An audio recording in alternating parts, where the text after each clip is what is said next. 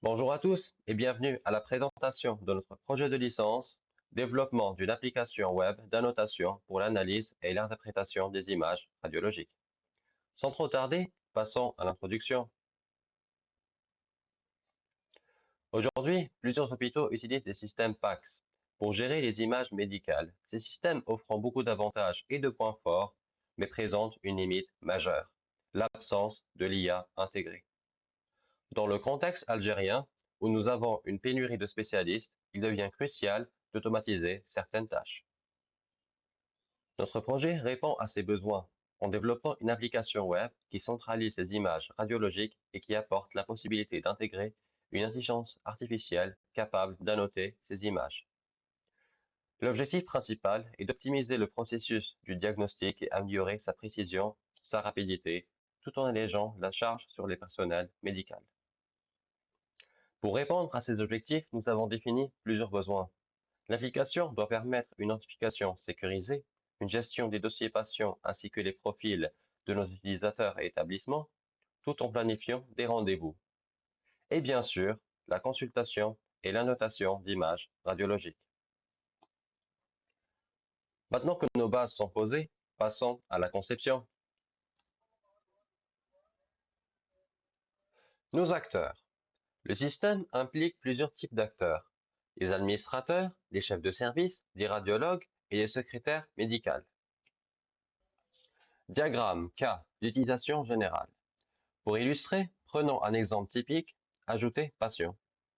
Dans ce scénario, le personnel autorisé tel qu'un secrétaire ajoute un nouveau patient. Cette action nécessitera une notification préalable. L'utilisateur remplira les informations nécessaires et le système fera la vérification, puis l'ajout du patient à la base de données. Modèle, view, contrôleur. Une architecture de 3 composants.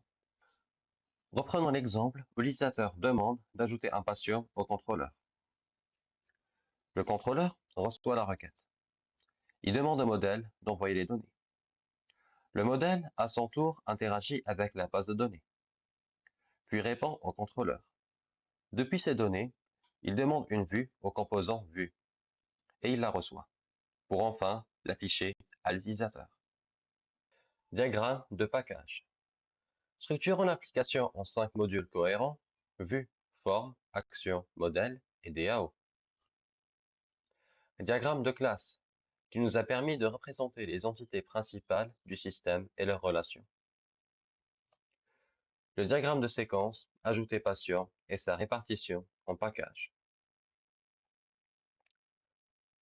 Un radiologue demande l'ajout d'un patient. Le contrôleur ordonne la création de la vue et son affichage. La vue affiche le formulaire. L'utilisateur remplit le formulaire et le contrôleur crée une action et l'exécute. L'action crée une connexion avec le DAO et le DAO retourne la connexion. Les données du patient sont vérifiées, puis le DAO patient crée l'objet patient. L'objet est retourné à l'action et au contrôleur, puis un message succès est affiché au radiologue. Si à la vérification nous avons des champs manquants, un message d'erreur champ manquant est affiché au radiologue.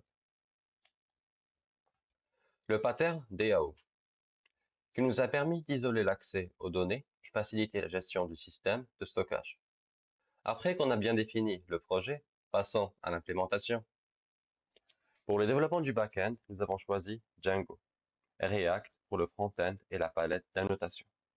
Toutes les fonctionnalités de notre application sont exposées via des API REST.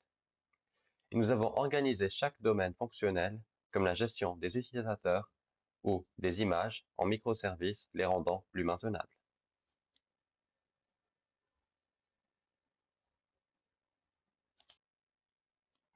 Les tokens et rôles. On a mis en place un système d'authentification basé sur les tokens GWT et des permissions, et cela sous forme de décorateur. Illustration. Un utilisateur entre ses informations.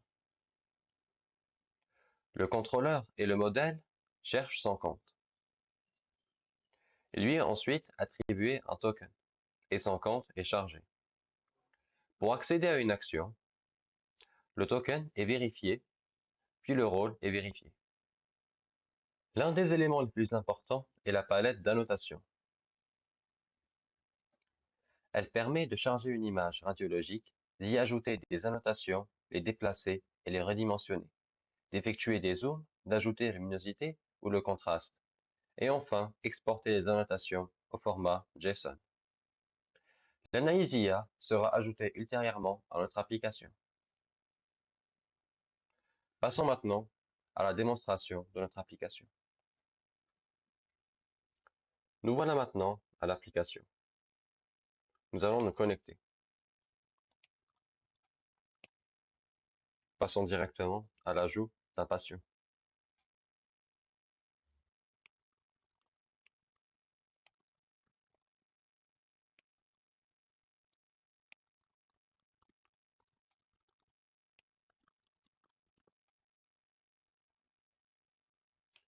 Comme vous pouvez le voir, le patient a été ajouté avec succès.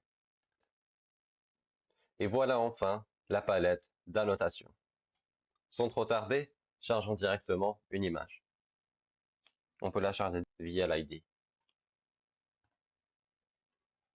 On commence par dessiner un rectangle et ajouter une remarque. On peut dessiner un autre, bien sûr, le déplacer et changer sa taille et le supprimer directement. On peut zoomer et dézoomer et réinitialiser la vue.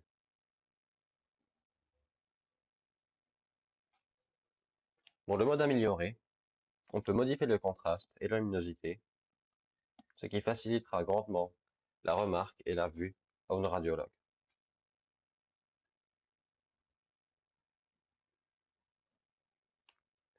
On peut aussi lancer l'analyse IA.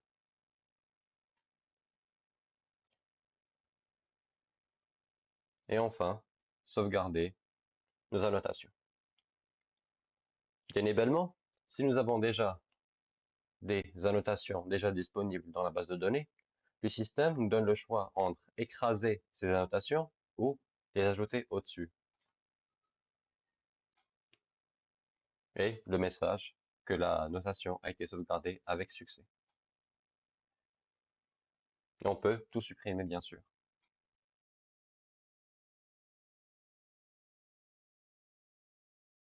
Voilà, c'est tout pour notre présentation. On espère qu'elle vous a permis de bien comprendre notre projet et ses objectifs. Merci beaucoup pour votre attention et à la prochaine.